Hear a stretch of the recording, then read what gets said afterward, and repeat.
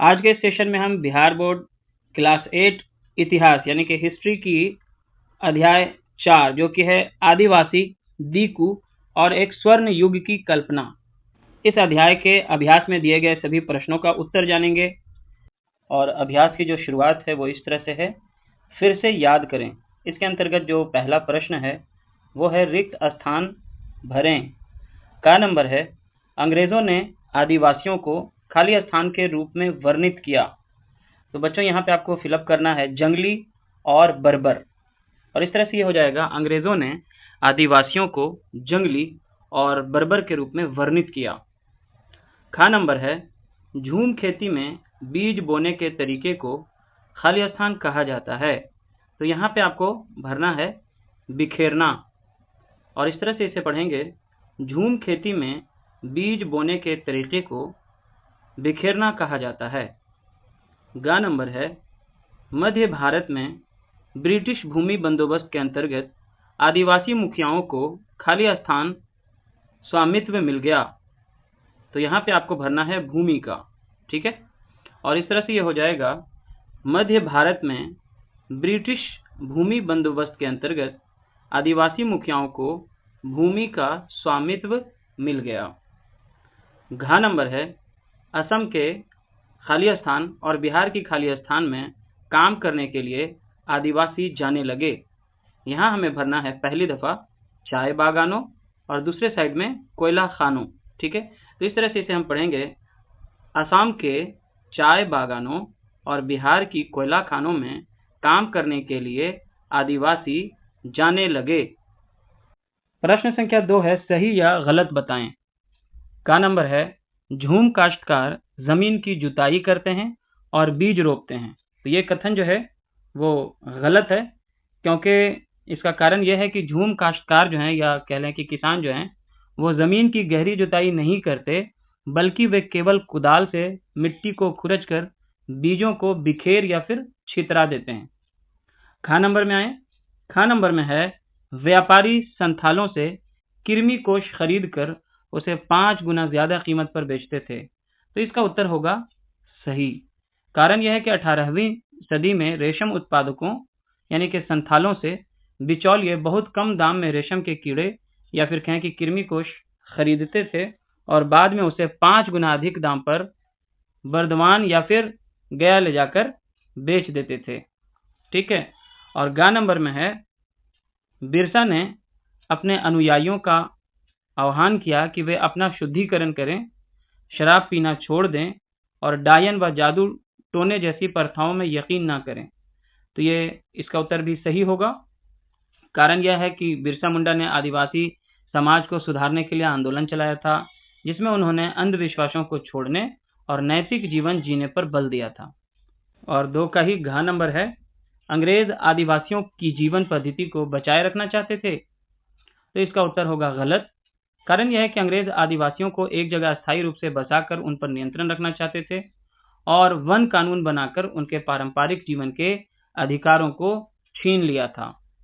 आगे है आइए विचार करें। इसके अंतर्गत प्रश्न संख्या 3 है ब्रिटिश शासन में घुमंतू काश्तकारों के सामने कौन सी समस्याएं थीं। तो इसका उत्तर हम इस तरह से लिख सकते हैं घुमंतू काश्तकारों के सामने समस्याएं। पहला, अंग्रेजों ने अपने स्वार्थ के लिए घुमंतू काश्तकारों को एक जगह रहने पर मजबूर कर दिया था। इससे घुमंतू काश्तकारों की स्वतंत्रता भंग हो रही थी। दूसरा, घुमंतू काश्तकार जो ब्रिटिश मॉडल के अनुसार हल बैल के प्रयोग द्वारा खेती करते थे, जिससे उन्हें कठिनाई होती थी क्योंकि उन्हें खेती से अच्छी पैदावार नहीं मिल रही थी, जिससे उन्हें लगान चुकाना मुश्किल हो रहा था। तीसरा कारण, घुमंतू काश्तकारों ने धीरे धीरे खेती की इस विधि का विरोध करना शुरू कर दिया, क्योंकि वे घुमंतू खेती या झूम खेती पर वापस लौटना चाहते थे। चौथा प्रश्न है औपनिवेशिक शासन के तहत आदिवासी मुखियाओं की ताकत में क्या बदलाव आए। इसका उत्तर हम इस प्रकार लिख सकते हैं आदिवासी मुखियाओं की ताकत में बदलाव। पहला, आदिवासी मुखियाओं के कई प्रशासनिक अधिकार खत्म हो गए, उन्हें ब्रिटिश अधिकारियों द्वारा बनाए गए नियमों का पालन करने के लिए मजबूर किया गया।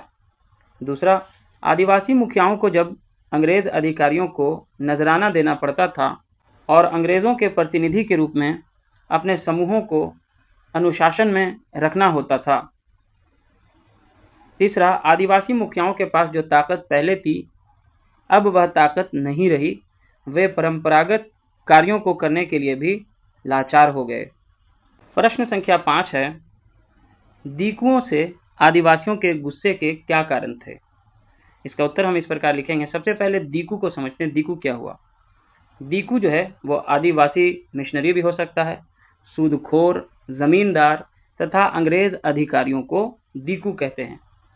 दीकुओं से आदिवासियों के गुस्से के कारण, पहला, आदिवासी दीकुओं को अपनी गरीबी तथा दयनीय अवस्था का कारण मानते थे। दूसरा, आदिवासियों का मानना था कि कंपनी की भू राजस्व नीति उनकी पारंपरिक भूमि व्यवस्था को नष्ट कर रही थी। तीसरा, आदिवासियों का मानना था कि जमींदार तथा सूदखोर उनकी जमीन हड़पते जा रहे हैं।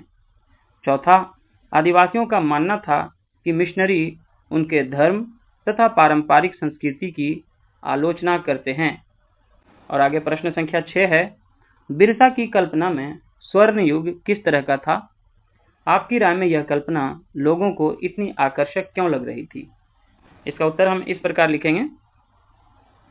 बिरसा की नज़र में स्वर्ण युग, पहला, बिरसा ने अपने अनुयायियों से अपने गौरवपूर्ण अतीत को पुनर्जीवित करने के लिए संकल्प लेने का आह्वान किया। और दूसरा, बिरसा ऐसे स्वर्ण युग की चर्चा करते थे जब मुंडा लोग अच्छा जीवन जीते थे, तटबंध बनाते थे, प्राकृतिक झरनों को नियंत्रित करते थे, पेड़ और बाग लगाते थे, पेट पालने के लिए खेती करते थे। तीसरा, उस काल्पनिक युग में मुंडा अपने भाइयों और रिश्तेदारों का खून नहीं बहाते थे, वे ईमानदारी से जीते थे। चौथा, बिरसा चाहते थे कि लोग एक बार फिर अपनी जमीन पर खेती करें, एक जगह अस्थायी रूप से रहें और अपने खेतों में काम करें। आगे है, आइए करके देखें। और इसके अंतर्गत प्रश्न संख्या 7 है, अपने माता पिता, दोस्तों या शिक्षकों से बात करके 20वीं सदी के अन्य आदिवासी विद्रोहों के नायकों के नाम पता करें, उनकी कहानी अपने शब्दों में लिखें। तो इसके उत्तर में आप ये लिख सकते हैं या फिर आप कोई और भी लिख सकते हैं। यहाँ पे उत्तर इस तरह से है, जात्रा उरांव। जात्रा उरांव जो है झारखंड राज्य के छोटा नागपुर क्षेत्र का एक जनजातीय स्वतंत्रता सेनानी था। उनके नेतृत्व में 1914 से 19 के दौरान ब्रिटिश शासन के विरुद्ध आंदोलन चलाया गया। उसने उरांव लोगों के बीच फैले अंधविश्वास तथा उनके द्वारा शराब पीने की जमकर आलोचना की। उनके इस धार्मिक आंदोलन ने कर नहीं आंदोलन को जन्म दिया। जात्रा ने घोषणा की कि उसके अनुयायी जमींदारों की जमीन नहीं जोतेंगे तथा कुली या मजदूर के रूप में या सरकार के लिए काम नहीं करेंगे। उसने पोहन, महतो तथा ग्राम प्रधान के पारंपरिक नेतृत्व पर भी प्रश्न उठाया। इस आंदोलन का मौलिक विचार था कि जमीन भगवान की देन है तथा जमीन पर जनजातीय लोगों के अधिकार में दखल देने की किसी को अधिकार नहीं है। जात्रा को उनके प्रमुख शिष्यों के साथ गिरफ्तार कर लिया गया। जेल से छूटने के बाद उसने इस आंदोलन का नेतृत्व त्याग दिया और बाद में वे गांधी जी के संपर्क में आए। 8वां और अंतिम प्रश्न है, भारत में रहने वाले किसी भी आदिवासी समूह को चुनें, उनके रीति रिवाज और जीवन पद्धति का पता लगाइए तथा देखें कि पिछले 50 वर्षों के दौरान उनके जीवन में क्या बदलाव आए हैं। तो इसके उत्तर में हम उदाहरण लेते हुए संथाल जनजाति के बारे में जानेंगे। संथाल जनजाति जो है भारत के झारखंड, बिहार, पश्चिम बंगाल और ओडिशा में रहने वाली प्रमुख आदिवासी जनजातियों में से एक है। रीति रिवाज एवं जीवन पद्धति की अगर बात करें तो संथाल लोग प्रकृति की पूजा करते हैं। ये सोहराय, बाहा आदि त्योहार बड़े उत्साह से मनाते हैं। पहले इनका मुख्य व्यवसाय खेती, शिकार और वन्य उत्पादों पर निर्भर था। इनका पारंपरिक नृत्य और संगीत बहुत प्रसिद्ध है। ये अपनी संथाल भाषा बोलते हैं और सामूहिक जीवन जीते हैं। पिछले 50 वर्षों में आए बदलाव, शिक्षा का स्तर पहले की तुलना में काफ़ी बढ़ा है। अब कई लोग सरकारी एवं निजी नौकरियों में कार्य करते हैं। सड़क, बिजली, मोबाइल और इंटरनेट जैसी सुविधाएं गांवों तक पहुंच गई हैं। स्वास्थ्य सेवाओं में सुधार हुआ है। पहले की तुलना में शिकार कम हो गया है और आधुनिक खेती अपनाई जा रही है। फिर भी वे अपनी संस्कृति, त्योहारों और पारंपरिक नृत्य, संगीत को आज भी सुरक्षित रखने का प्रयास कर रहे हैं। और इसी के साथ हमारा ये सेशन यहाँ पे हो जाता है complete. Please like, share and subscribe. Thanks for watching.